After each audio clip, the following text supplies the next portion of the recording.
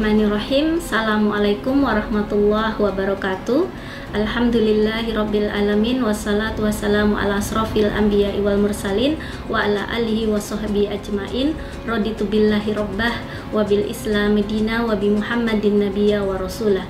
Rabbi shrahli wa sadri wa yassirli amri wahlul 'uqdatam min lisani yafqahu qawli. Pada kesempatan ini saya ingin memberikan sedikit kultum tentang doa dan harapan. Tentunya kita sebagai manusia mempunyai harapan-harapan yang erat kaitannya dengan doa.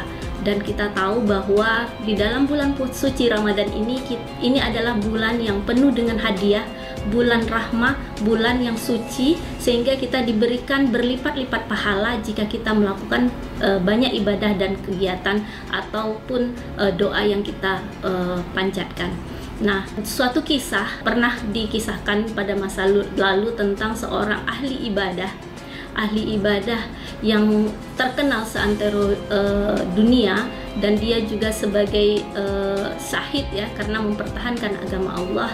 Namun ketika itu ada pertanyaan yang muncul karena dengar berita bahwa ada dia dimasukkan oleh Allah ke dalam neraka. Nah, ternyata apa penyebab dia dimasukkan ke dalam neraka adalah karena ternyata dia tidak berdoa gitu. Jadi digolongkan di dalam golongan orang-orang yang sombong, sehingga Allah memasukkan dia ke neraka.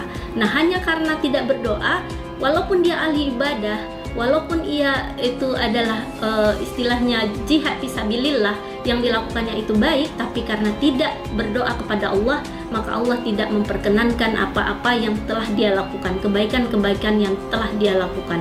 Karena kita tahu dalam surat Al-Ghafir ayat 60 dinyatakan bahwa Bismillahirrahmanirrahim, berdoalah kepadaku, kata Allah, berdoalah kepadaku maka aku akan memperkenankan doamu, dan ikutilah segala perintahku sehingga kamu menuju atau dalam kebenaran. Nah, maka memang Allah memerintahkan kita untuk berdoa, dan Allah berjanji akan memberikan kita istilahnya menjanjikan bahwa itu akan dipenuhi oleh Allah Subhanahu wa taala. Nah, tentu kita tahu bahwa setiap doa dan harapan itu, harapan yang kita inginkan adalah misalkan ingin lulus tepat waktu gitu, tentu harus ada usaha. Maka doa, usaha, misalnya cita-cita dulu, harapan dulu, kemudian kita berusaha, nah kemudian kita berdoa, maka setelah itu adalah kita ikhlaskan atau kita serahkan urusannya semua kepada Allah Subhanahu wa taala. Karena urusan menyegerakan atau mengabulkan doa kita itu adalah urusan Allah. Nah, kapan doa kita akan dipenuhi atau dikabulkan? Nah, Allah bukan Allah, tapi kita harus meyakini bahwa setiap doa yang kita sampaikan itu pasti dikabulkan oleh Allah. Tunggu kapan waktunya gitu. Mungkin tidak sekarang, mungkin lusa, tapi pada waktu yang tepat gitu. Jadi ketika waktu yang tepat, maka Allah akan mengabulkannya. Jadi ada cerita tentang seorang pemuda yang mengatakan dia berdoa setiap saat bahwa dia ingin punya istri yang cantik, yang baik, yang kaya dan solehah gitu. Jadi setiap doa, setiap selesai sholat dia panjatkan doa-doa itu. Tapi perempuan yang dia inginkan atau istri yang dia inginkan tidak kunjung datang. Nah, suatu saat tiba-tiba dia digigit anjing gitu. Digigit anjing, kemudian ya Allah, apakah ini doa-doa yang aku panjatkan kau berikan keburukan gitu. Karena dia mengira bahwa digigitnya dia dengan anjing, tapi berarti doa-doa selama ini tidak dikabulkan gitu. Tapi Allah berkata lain. Ternyata ketika dia berobat gitu, ketemu dengan perawat gitu ya. Perawatnya cantik gitu, cantik, baik, soleh, dan ternyata perawat ini jatuh hati kepadanya karena melihat dia ibadahnya bagus dan lain sebagainya, sehingga dia mendapatkan apa yang dia harapkan gitu. Sehingga memang kita harus istilahnya doa itu adalah menjadi kunci. Nah, kita tahu bahwa ada, kalau tidak salah saya adalah ada 7 waktu-waktu yang mustajab untuk berdoa. Yang pertama itu adalah ketika antara azan dan iqomah. Kemudian yang kedua adalah saat sepertiga malam.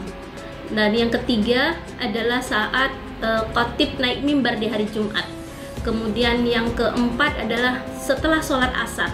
Kemudian saat menjelang berbuka. Dan ada beberapa, kita tahulah ya tentang waktu-waktu yang tepat untuk berdoa. Maka manfaatkan itu ketika di bulan Ramadan ini kita berdoa sebanyak-banyaknya sesuai dengan apa yang kita harapkan.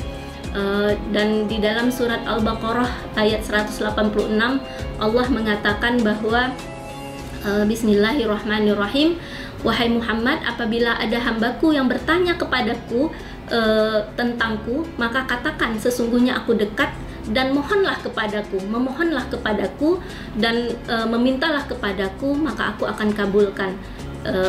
Dan itu adalah ciri-ciri orang yang bertakwa.